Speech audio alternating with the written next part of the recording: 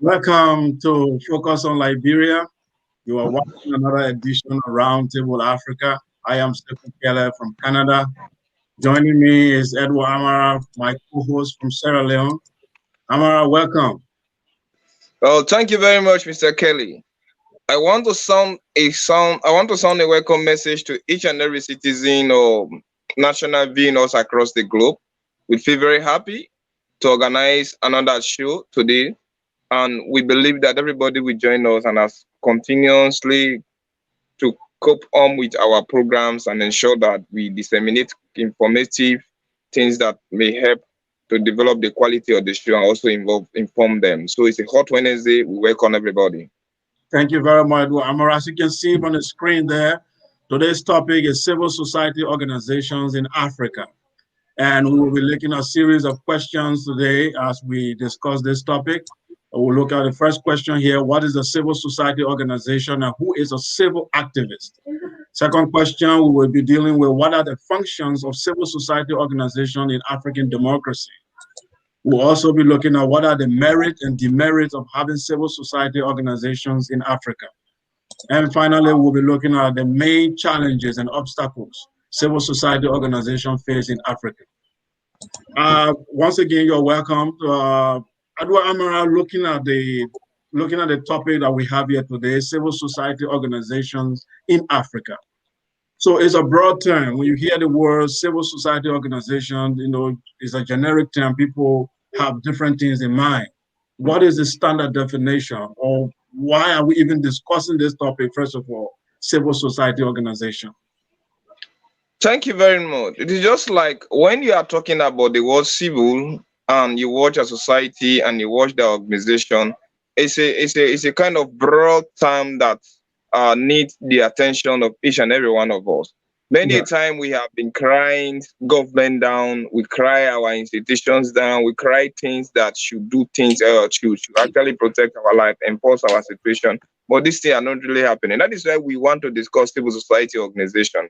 I think civil society organization is key to any model of operation into any society that you found it. So it's a fantastic topic. If we discuss it, we will understand that we have our means, even when we are not in governance, we have our means to hold government accountable for what they do for us. But it is because people do not understand the meaning of civil society organization. Perhaps that is why we think that all solutions should be solved by government. And even when the government doesn't solve our problem, we don't have any other means except we go to government. But that tells you that civil society organization is also fantastic. So if we discuss it, people know about it. Thank you very much, Edward Amara. I agree with you with this. We are discussing this topic, civil society organization in Africa, because it's an important part of nation building, an important sector. Some even refer to it as the third sector in governance. So besides government and businesses, civil society organizations contribute a lot to development. They contribute a lot to coexistence, peace, and several other things in the nation. So it's an important part of our society that we need to discuss. So we will take the first question here. So what is a civil society organization? What is the standard definition? Because when we say civil society organization, people have different things in mind. Some people try to include things like media. Some people think that media cannot be part of civil society organization. So what is the working definition of a civil society organization? Thank you very much. When we talk about the word civil in force, is something that is lawful, something that is legal, something that does not involve any governmental interference, something does not have any political power. And when we watch our society, you talk about a wider concept. Everybody's involved, because when you talk about society, you involve each and everybody within that particular confinement. He or she is part of it. And if you watch an organization, it's a kind of thing that has its own organogram, it has a structure, and it has the way of doing certain things. So when we put this broad term together, civil society organization, it tells us first, it is a non-political social organization that is meant to make the government activities, to ensure that government obeyed its social contract. It took oath to the people during the time that said government was elected to ensure that said government does not become authoritarian or tyrannical in nature, to prevent government lording its power over its citizens, and to ensure that the citizens' right, their freedom, it could be your right to economic responsibility, it could be your right to education, it could even be your right to live, it could be your right to equal right and justice, it could be your right to, as I'm saying, to be treated fairly, your right to participate into political election. And the word civil society organization is a kind of broad term that involves each and every aspect. Even the media is part of civil society organization. So this is the third sector of what of governance system that is there to ensure that the government obeyed his or her own responsibility and to make sure that no government become tyrannical in nature. Because we all say power belongs to the people. So if power belongs to the people, it means the people become civil and they are part and parcel of civil society organization. So when the government fails to obey their social contract, it is this independent organization who actually advocates not with any political interest, because you don't expect a civil society organization to behave like an opposition party, because they are only there to advocate on behalf of the society. That is why in general that we have private civil society organization or private interest group and also public interest group. But the one that is not civil society organization can either be private or public, but it depends on the goal that they are advocating for. So it's a non-political movement that is responsible to checkmate, to put the government in, just like watchdogs. They can even behave at times as oppositions, but they are not, the opposition that they are doing, it is not in the name of controlling the government at the end of the day, but to ensure that the government respect her responsibility, her oath, the social contract is signed with the people. That is why nobody, civil society organization can even involve political parties. It can involve religious organization, economic group. It can involve teachers group. So it's just a kind of broader concept. When the government try to distance itself from the contract it had with its own people. So we expect this independent organization to move in to force the government to obey our contract. So it's just a non-political organization that is responsible to enforce that the government obey her social contract. And in doing so, they can take any aspect. It could be an aggressive movement, it could be the peaceful one. It depends on the terms that they are making their advocacy for. Thank you very much, Edward Amara. Just to buttress what you just said, the United Nations definition of a civil society organization, they said civil society is the aggregate of non-governmental organization, institution that manifest the will and interest of the people. So this definition here is very interesting because it said a civil society organization should manifest the will and interest of the people. Like you rightly said, religious, faith-based groups are considered civil society organizations, trade union, professional association, all these groups. But looking at media, you added the media and said media can also be considered civil society groups. I know many people have problems with that. Like recently, for example, Nigeria, they banned Twitter because they said Twitter was siding with the popular uprising in the country. The people were advocating for certain rights. Some people were trying to do separatist agitation in the country. Some people were also against police brutality. There are a lot of activism going on in the country. So Twitter was the medium through which the people were expressing their views. So the Nigerian government felt that Twitter was a threat, that Twitter was siding with people who are anti-government protesters. So they decided to ban Twitter.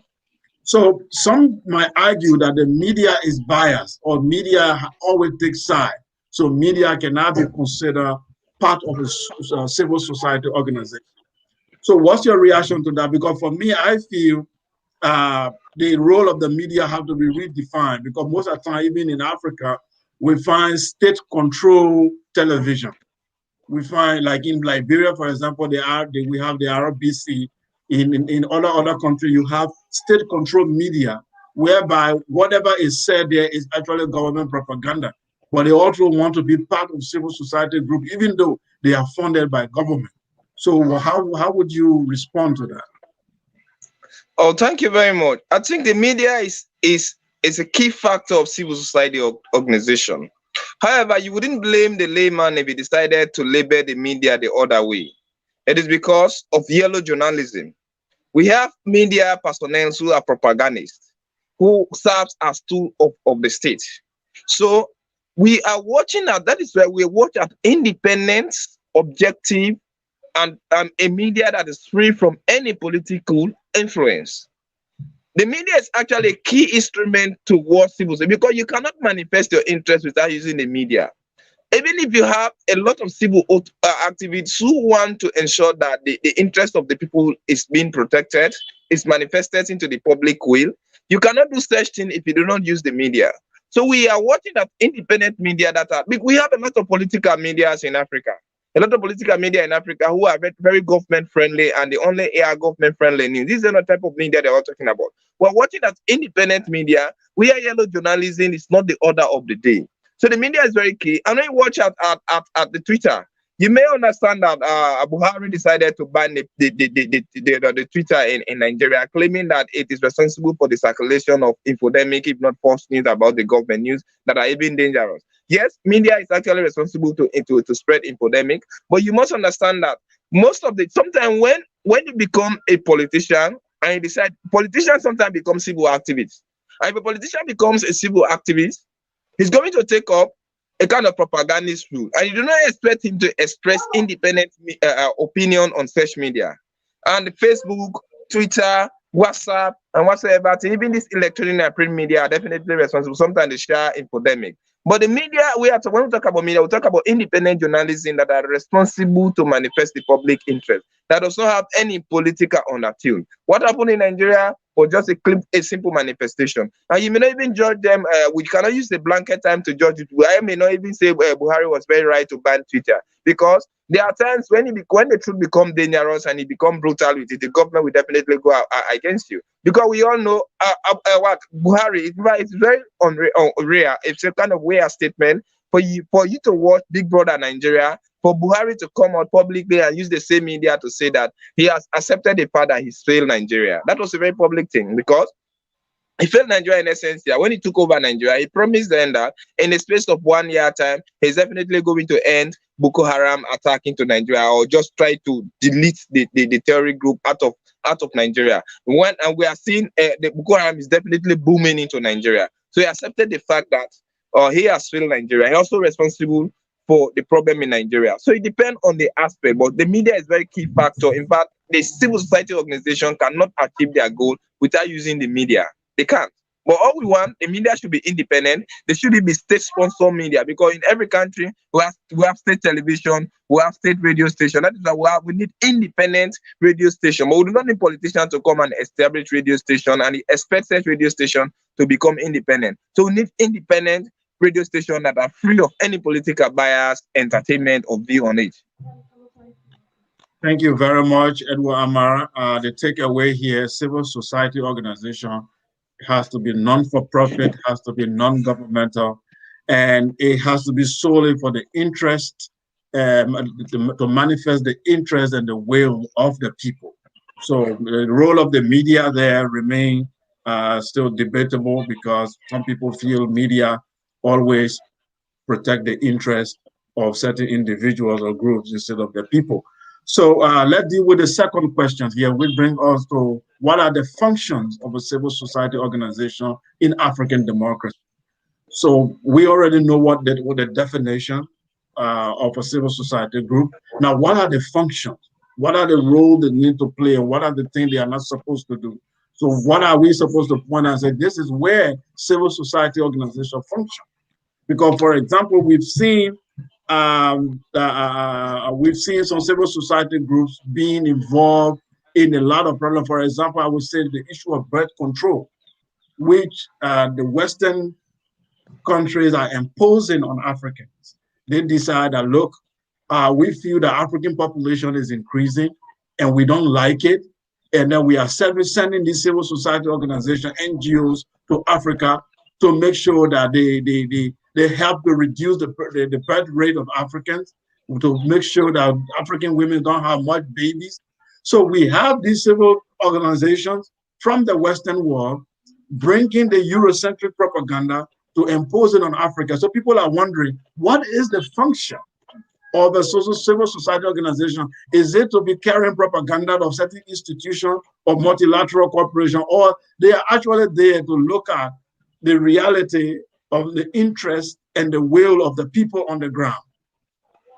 So, Thank you very yeah. much, Mr. Kelly. I think this is very important. When you watch at the functions of civil society organization, the roles that they play in African democracy, you tell you that there's a lot of things.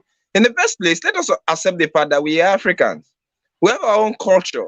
We have our own way of doing things. That is why we are there. The civil society first need to protect the society.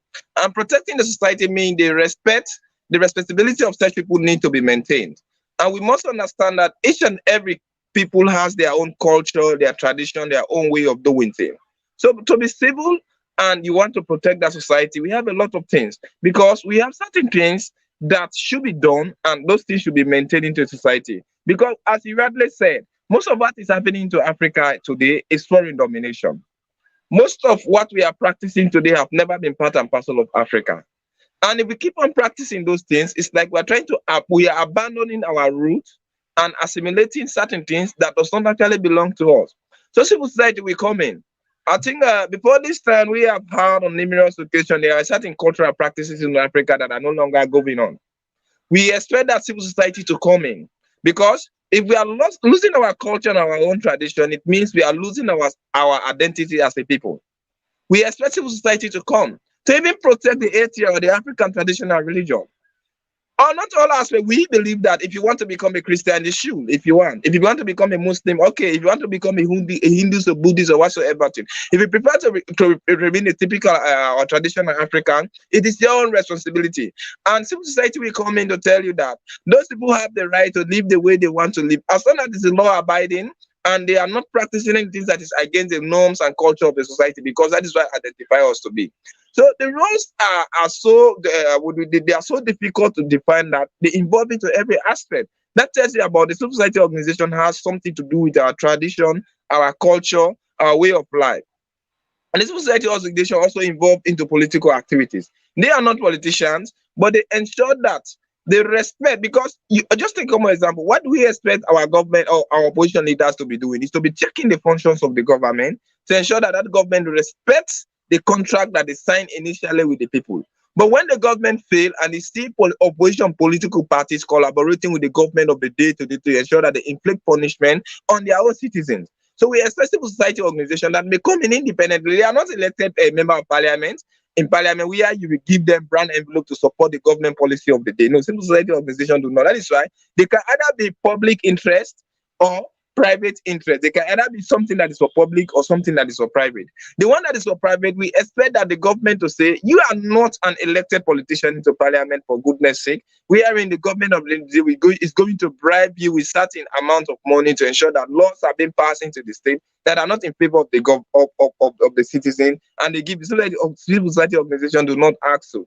They ensure that there are laws into this country that are not in concomitant with the people's culture and their right, their way of behaving. And when they pick up issues like that, they force the government for the government to stand on its own tool. And they are not in position in any way to receive any bribe from such governments.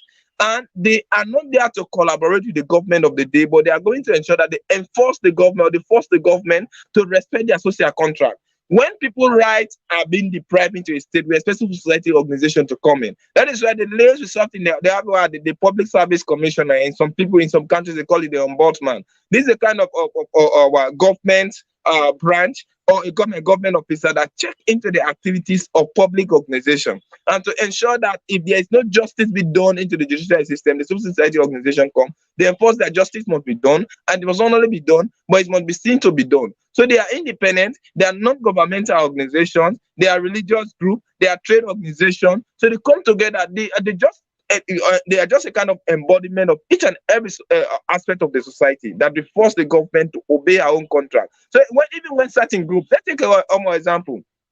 We have seen in the past, like in places like India or in usually Arab states, where we have seen a minor religious group, like it could be like the Christians, they will be deprived of practicing their own religion. Civil society organization will come in there. No, those people have the right to practice their own religion. We have seen places like in India where Muslims have been definitely targeted because of their religion. Civil society organization will come. Even in places like Africa. So civil society organization can even come to tell you that the felling of trees here is very wrong. And but such felling of trees can take the interest of the government. But the society of civil society organization want to protect the interest of that particular area and to ensure that the cultural heritage is being maintained. To force them to do so. That is why.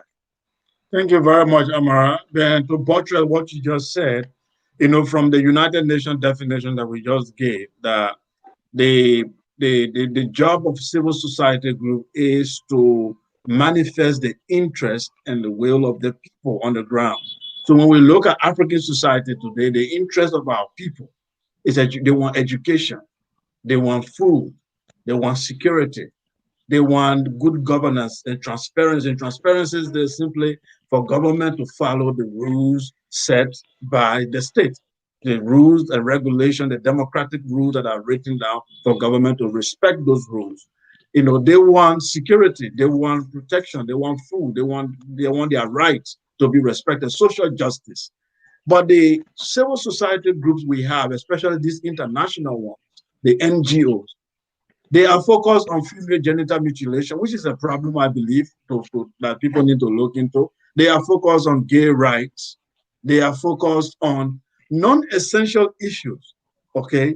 And they are there to protect the interests of Western power. For example, when Obama moved in and said at that time that African states should approve same-sex marriage, all the civil organizations, okay, the international one, they all pick up that slogan and they began to bombard African society with that ideology.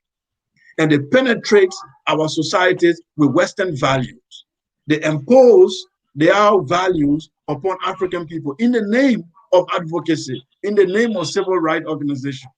So the functions of these organizations actually have not been spelled out because there's lack of cultural competence to understand the culture of the people on the ground, what their worldviews and what their beliefs. So they just come in, impose their own belief system, dictated by the West, and there's a lot of conflict going on in African society because our civil society organizations are controlled by external powers. So the functions of civil society were supposed to be about the interest of our people, which we already know. We have poverty, we have all these problems, we have bad governance, we have all these things on the table, but we hardly see our civil society organization addressing this issue. They are only listening to the model from Western power and they pick up the slogan. So that's the issue I am really concerned about and why our civil society organizations are doing to protect our own values. Thank you very much. I think you highlighted certain key things here. We are expecting civil society organization to protect our own culture, our own value, our own economy right, and whatsoever thing. Because we are a people, we have our own culture, we have our own tradition, we have our own ideology, we have our own way of doing things. So we are not expecting civil society organization to behave like a foreign invading group. Or because that is why, because they force us to accept things that we shouldn't accept. It is not a responsibility for civil society organization to impose gay rights and lesbian mentality on Africa, because that has never been part and parcel of our own culture, and that is what we are expecting. We are expecting civil society organization to protect what belongs to us. That is the mentality of the West, and it should remain there. And it is not the responsibility of civil society organization to enforce or to force the government at times. That is why sometimes there are times I don't believe in the dictatorial government, but most of the things that they take certain times is very good. I love the like of Yoweri Museveni, and when he took a very hard stance on gays and lesbian mentality, because that is never part and parcel of our society. We are expecting society organization to tell it in the faces of the West that gays and lesbians are not part and parcel of Africa. That is your own society, protect it, and that is what you believe. That is your own culture, that is your own views, that is your norm. But here it does not belong with that. So what we are saying here, as you rightly said, respect the culture, the values, and the norm of people, not to come and impose anything. But normally, out of this mentality, we have seen them digressing from what they should be doing to another thing, which is definitely out of context. Thank you very much, Amara. That leads us to our third question here. That's the merits and demerits of the civil society organization. Some people might ask, look, uh, is it really necessary? We have government, the functioning government, democratic elected government, that should look at the interests of the people, that should protect the interests of everyone. And we have, businesses there going on, private and public institutions are there protecting people. Do we need civil society organization at all? Are they even necessary? And if they are, what are the merit and demerits? So that's the question, Amara. Thank you very much. I think the existence of civil society organization is actually indispensable. It's something that we cannot do without as a people, as a society. First of all, let's assume civil society organization, what are their merits? Their merits are very huge. In the first place, our government has failed us. African government have definitely failed us. So the African government has failed us opposition because we have seen governments that we are in opposition, they came into power, they failed us. So we are watching a civil society organization to ensure that the work that the opposition is not doing, let them take up on such responsibility.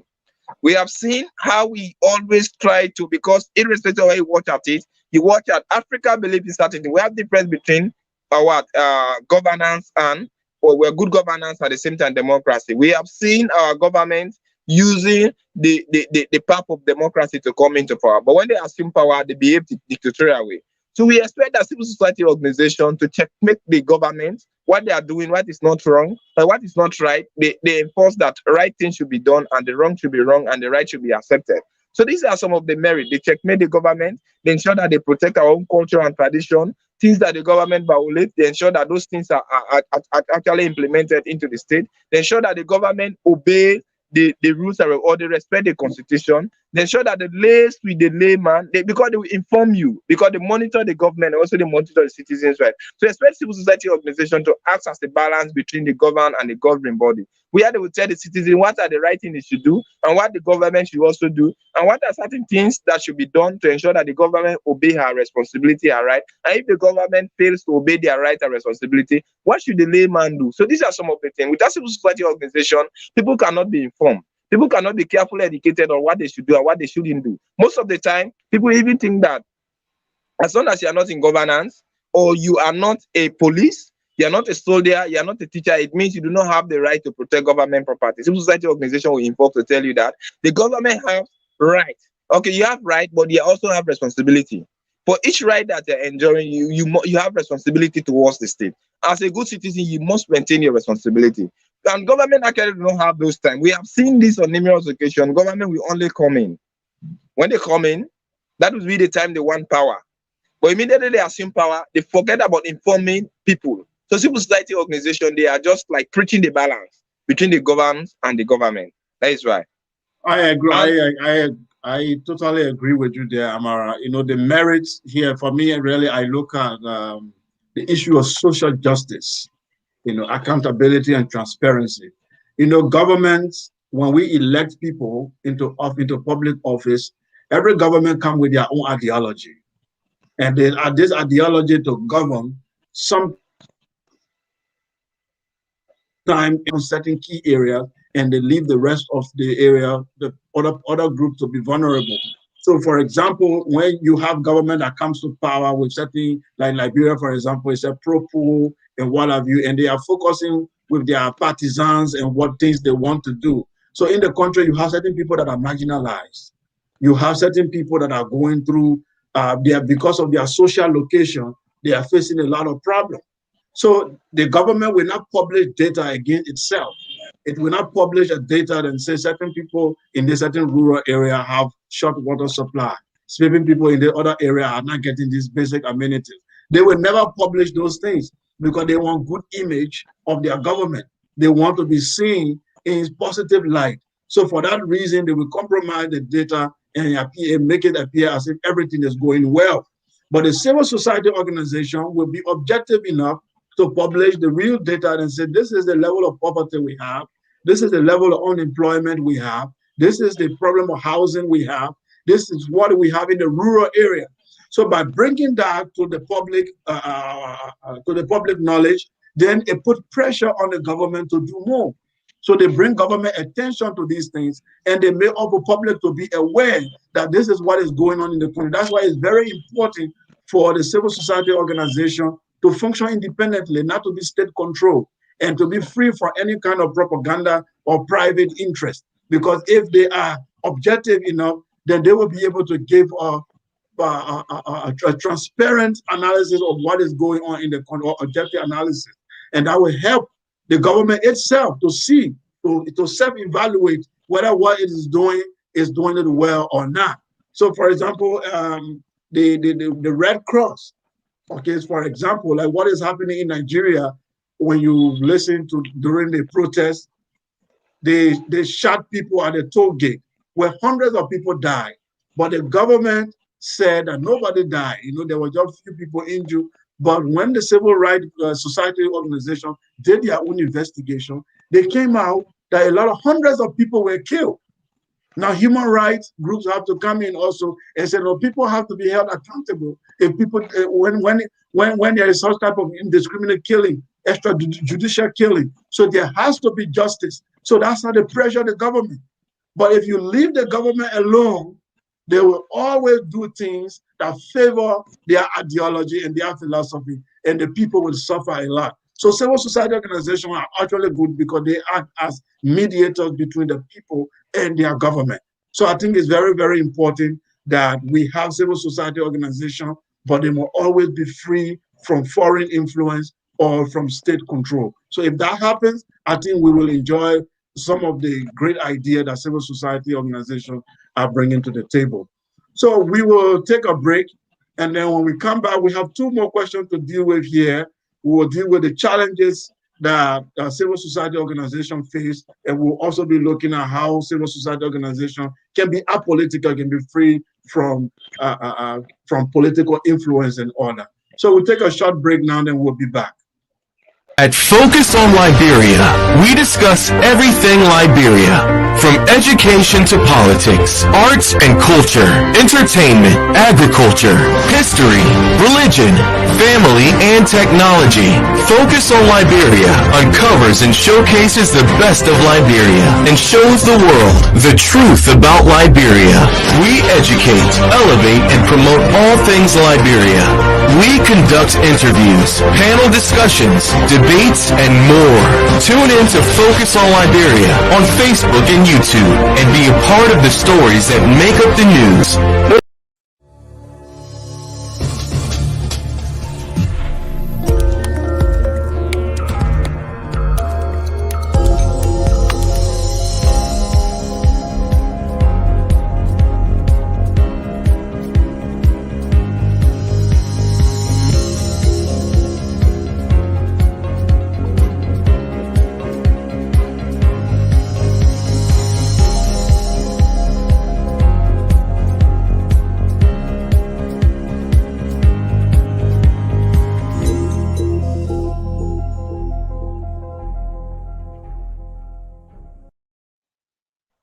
You are watching Roundtable Africa with a special edition of Roundtable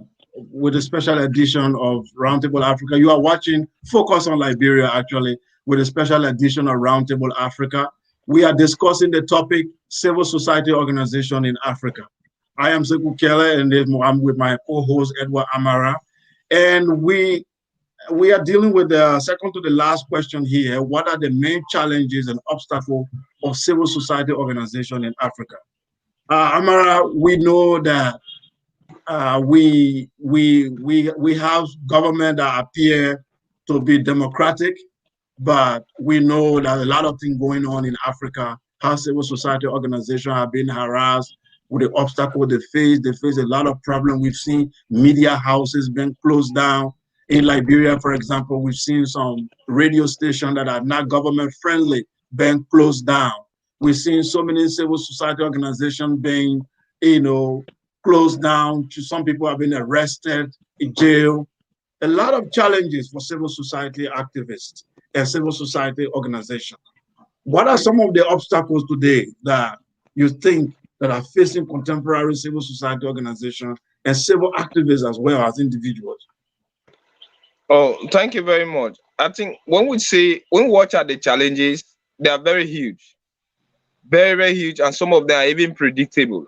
Some can be unpredictable at times when you see a good government changing into something that is tyrannical in nature. I think the first obstacle of civil society organization in Africa is bad governance. Because when you talk about bad governance, you think about corruption. Because when you have a bad government involving to the act of corruption, and we know that the responsibility of civil society organization is to monitor who monitors the monitor, and the civil society organization monitor the government. And the government also want to monitoring activities, because most of the time they term them like aggressive movement that are meant to create chaotic situation in the society, and they wouldn't want to operate into any state that is volatile.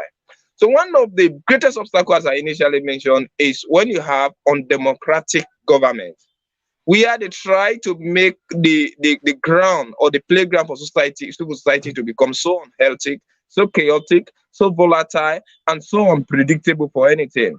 You have seen on numerous occasions how civil society organizations have taken up the baton to fight against bad governance system into Africa. That has resulted into the Arab uprising that up to now we are seeing still obstacles into it. We have seen that on numerous occasions in Liberia, where radio stations have been shut down. We have seen that in Uganda, Zimbabwe. We have seen that in places like where we have the late man just dying, John Makufule, who was actually an idol for me by there. Most of the time, if you want to check his powers, he will crack down on you heavily. We have seen that in Rwanda. We have seen that in places like Cameroon. We have seen that all over Africa. So the one of the main obstacles of civil society organization is having bad governance. When you have a bad government, where they do not believe in the principle of democratic governance, and they expect the civil society organization, that is that they expose the weakness of the government, they force them to act on them, and they also remind the government of what they should be doing and they are failing to do. So the government will see them like a kind of counter force into the country that are so undemocratic and do not even believe, they are not sympathizing with their faith. Government will always give excuses for their failures. And if somebody tries to say that, no, you do not need to give out excuses for your failure, rather you ought to doing this, and the government will definitely come. So one of the greatest obstacles is having bad governance. When they have a bad government into it, and they become chaotic. Another greatest obstacle is if you are having civil societies activists who is actually responsible, and a civil society activist, somebody who is responsible to protect because the civil society serve as the last hope for the common man. But if someone who's serving as the last hope of the common man also took up a political ideology, it also become an obstacle towards the organization that they are expecting to maintain, protect, and enforce their ideology. That is why the populace do not even tend to trust them again. I'd like to hold you there, Amara, a little bit. Just talking about the issue of undemocratic laws or undemocratic system that we have that makes it difficult for civil society organizations to strive. Recently, the former president of the United States, Donald Trump, we saw where he has call and pull with civil society organizations and the media. Sometimes his tweets had deleted sometimes from Twitter. We've seen it. Sometimes he was even suspended from Facebook and all that. But still, he did not have the political power to close down these media institutions. He did not have the power, being one of the most powerful men in the world at the time. He could not close these media houses. The democratic laws in America protected these institutions. They protected them to a point where the president can just protest. He could not do anything. But why is it that in African democracy, the president can just sit in his office and with a stroke of a pen, an entire media house will be closed? People will be arrested and they'll be put in jail without trial. Is it democracy or we are joking? That is why each time I say African democracy, when I define democracy, if I'm talking about it, I'll always link it to the African democracy. It is where you only have few people who rule and they believe. In fact, absolute power corrupts system, absolutely. You see, the American governance system does not give absolute power to the government or to the head of the executive. That is like what Donald Trump was doing. Unlike Africa, you have the president having absolute power, and if convert absolute power into a hand of an undemocratic person, he will abuse such power and intend to abuse it to the letter. In America, the states are more powerful. Or the state is more powerful than an individual. Unlike Africa, you see an individual becoming more powerful than the state because our constitution confer absolute power into the hands of the president. Though there are certain powers, they will tell you that the parliament has the right to overrule the president's decision. The judiciary system also expect them to come in. But we do not have African leaders or our politicians who believe in democratic system because they also believe in a corrupt system of government. Because we have seen on several occasions in America, in Great Britain, all over the Western world, where a member of parliament will vote against his own government decision. Unlike in Africa, we believe in blanket support. If you are of the DF, the NPP, or whatsoever thing, even if the president is not doing anything good, if you go into parliament, it tends to support the policy of your president just because he's serving it. But if you have seen in America, we are a Democrat to vote against a Democrat principle. You have seen that we are Republican, we definitely vote against a Republican bill into parliament. Has that ever happened in South Africa? No. So that is it. We're watching at the ideology here. Our African politicians are not just committed, they are not patriotic, they do not look committed to what they are elected into office. We elect Donald Trump, or you elect the president for 5 years, a member of parliament is also elected for 5 years. That president has the right to support his own ideology, and you should also be responsible that you are representing your constituency. If the president does something that is wrong, vote against him. So that is why we have seen them giving the president absolute power. In America, it doesn't happen so. If Donald Trump wants to do something that is against the state, his own politician will vote against him, and the ends there.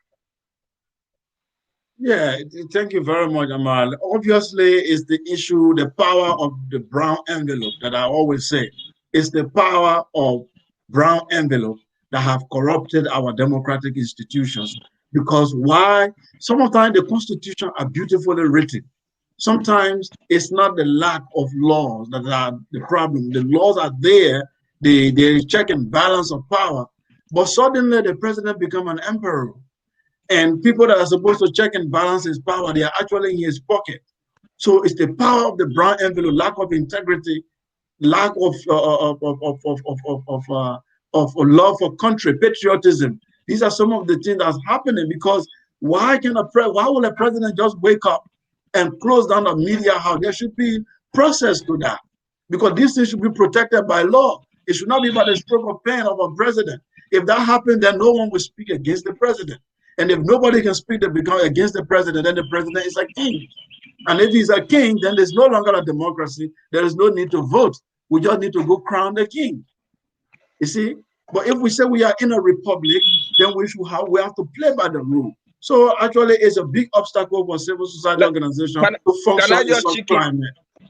Can I just check in a little bit? I think, can we adopt, if Africa adopt the American democracy system, where they have their entry in the power, you have the president is going for 4 years. You have the Senate or a senator is going for 6 years. The House of Representative member is going for 2 years. So if those people are going in for 2 years and the president is for 4 years, the senator is going in for 6 years, why the House of Representative person is going for 2 years? So that tells you that if the president wants to act beyond his power, he's definitely going to lose his power into the parliament or into the House of Representatives. And those who were elected into the House of Representatives are not representing the people's interests. They are definitely going to lose their popularity because definitely we will not wait till 5 years before we change you. We can change you in the shortest possible time. So that will force them to become accountable. But you are electing a member of parliament for 5 good years. That person will continue corrupting you for 5 good years. That is why in times you may see that as long as they know, because the parliament is rightly saying, not that because we do not have law, we have the laws, we may have the right of the judiciary to what? To interpret the law, even overturn the president's decision, because that is the power of the judiciary. But if you give the president 5 good years and the member of parliament is there for 5 good years, they can easily become corrupt because of longevity in power. So the best thing we can do, shorten their term of office and ensure that they obey the principle of democracy and also uphold the social contract that they have. And the president will also know that he's vulnerable to impeachment. African leaders can be impeached because the president, the constitution gives them that power. But because of the longer time into office and people failure to come into election very early, they tend to become dictatorial in nature. So if we want to adopt democracy holistically, then let us go with the American democracy system. We have seen into Great Britain shortly because we are running out of time. We are the prime minister life belongs to the member of parliament. If he's not serving very well, they have the right to impeach him. But how many African leaders have been impeached? We have seen that they happened into Brazil. The president was impeached. We have seen that into Hong Kong. The president was impeached. A lot of things have happened like that. Unlike Africa, how many leaders have been impeached? No, except in Kenya, where election was overturned. We have seen the latest in Zambia, where election was overturned. Where has ever that been? No, nowhere else.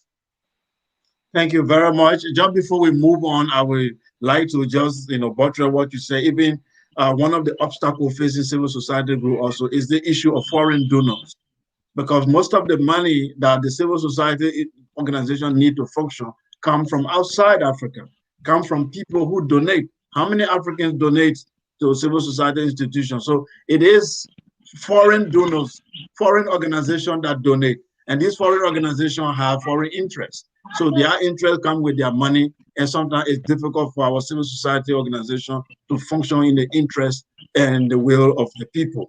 So before we move to our last question, we'd like to read a few comments of our viewers here so we can make progress.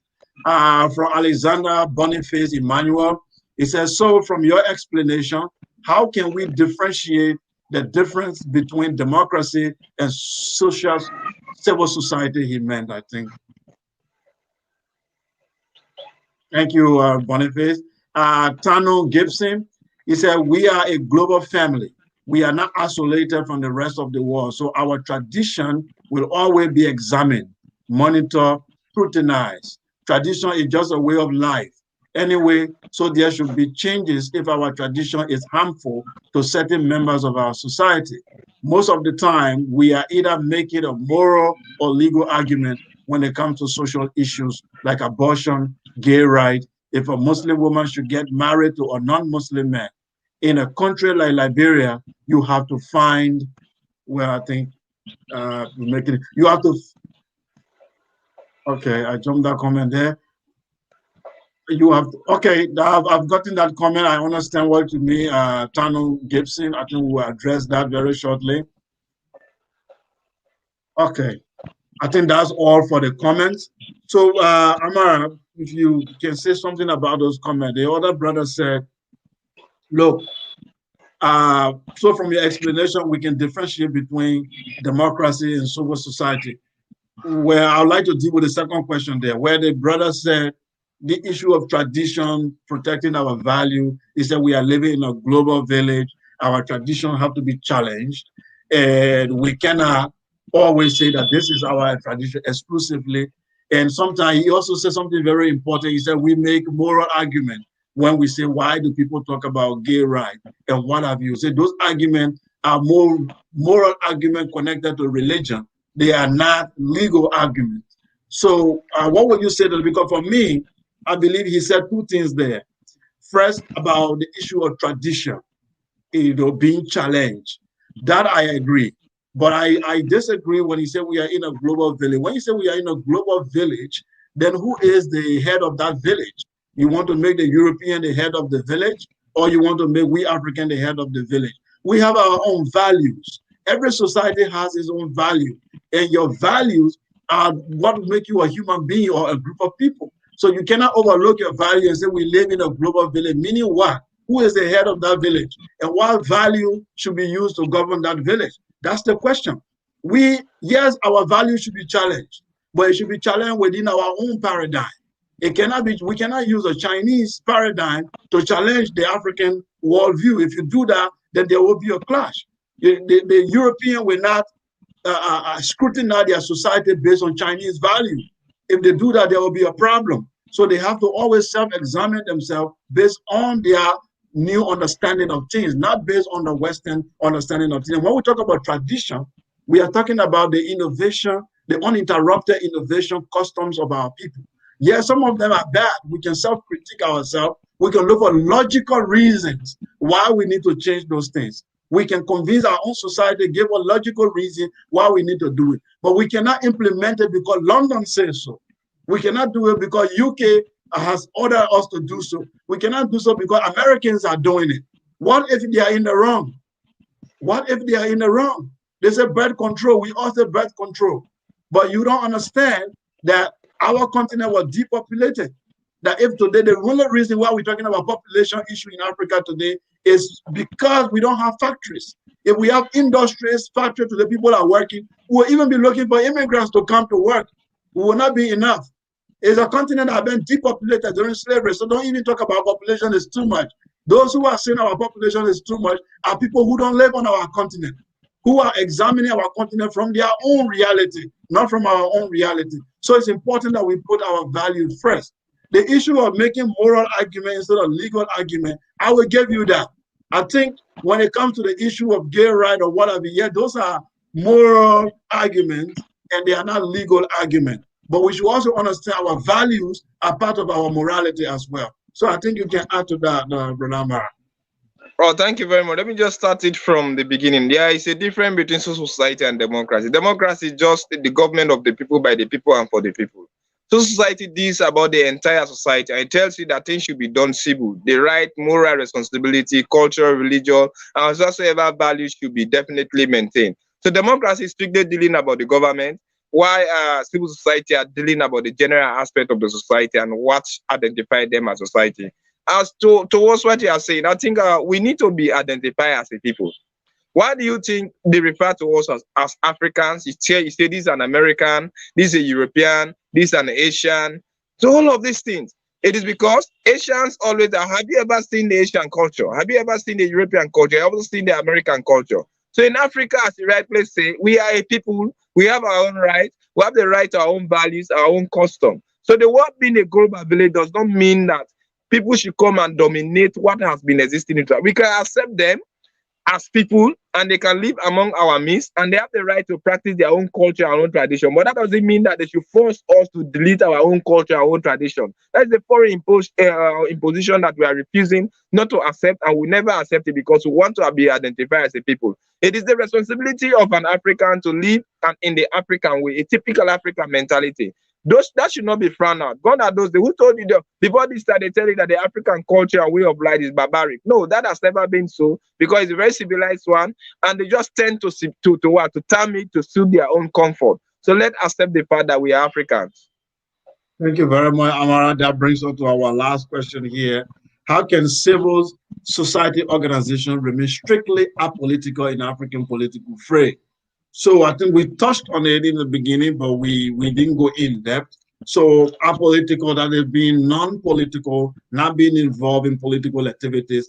And we've seen civil society organizations being accused continuously of playing games with or of taking sides with political groups and having political interests. We've seen that several times. Even though, like we mentioned Buhari as an example, he accused Twitter of being an agent of imperialism, trying to destabilize Nigeria.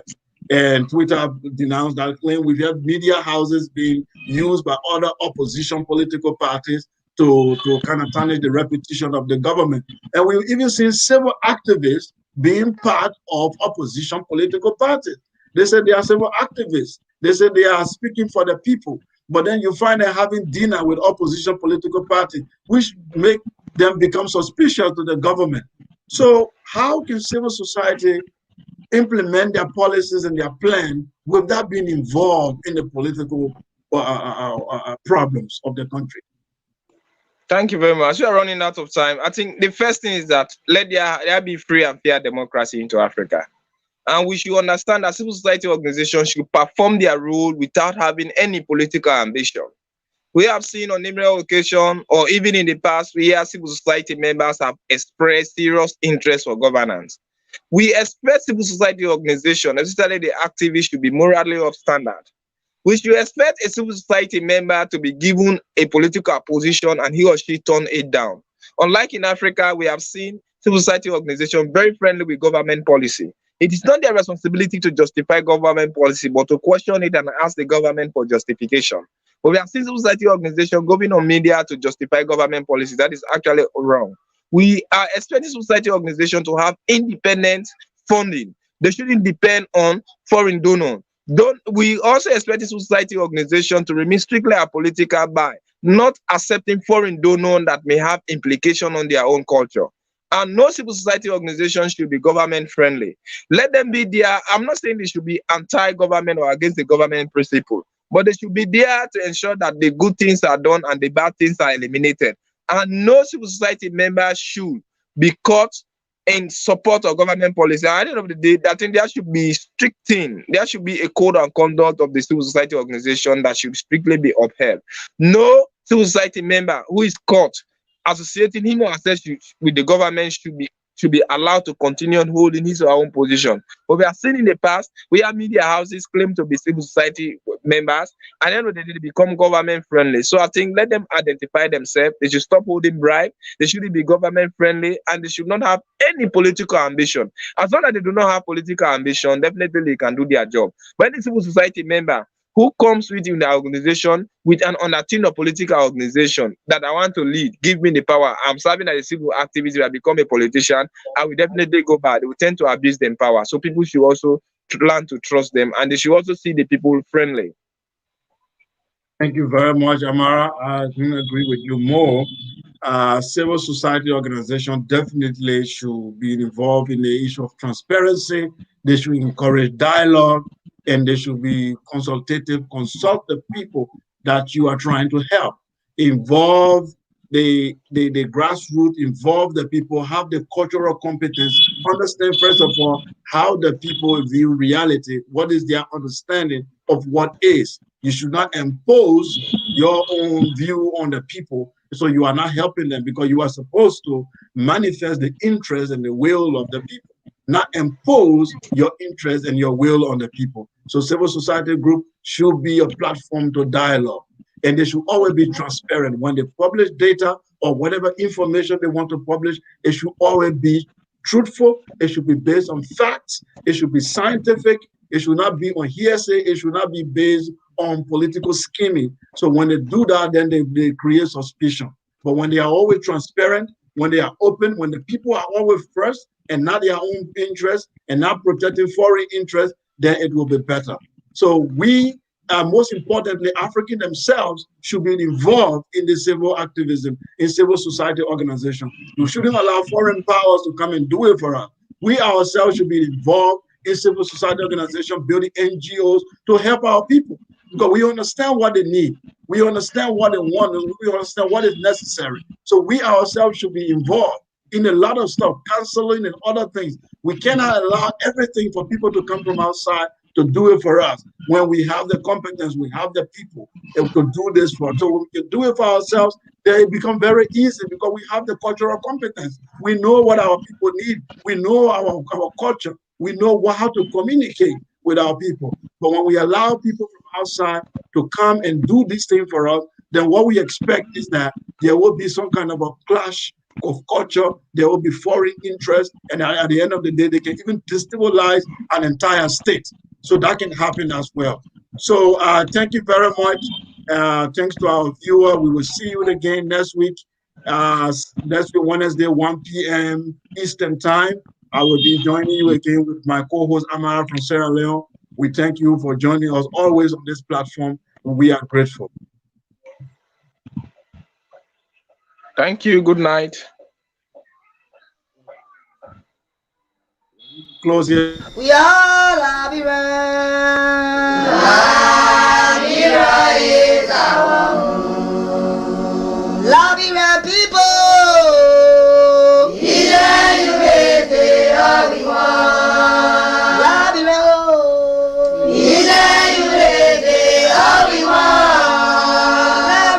Labira.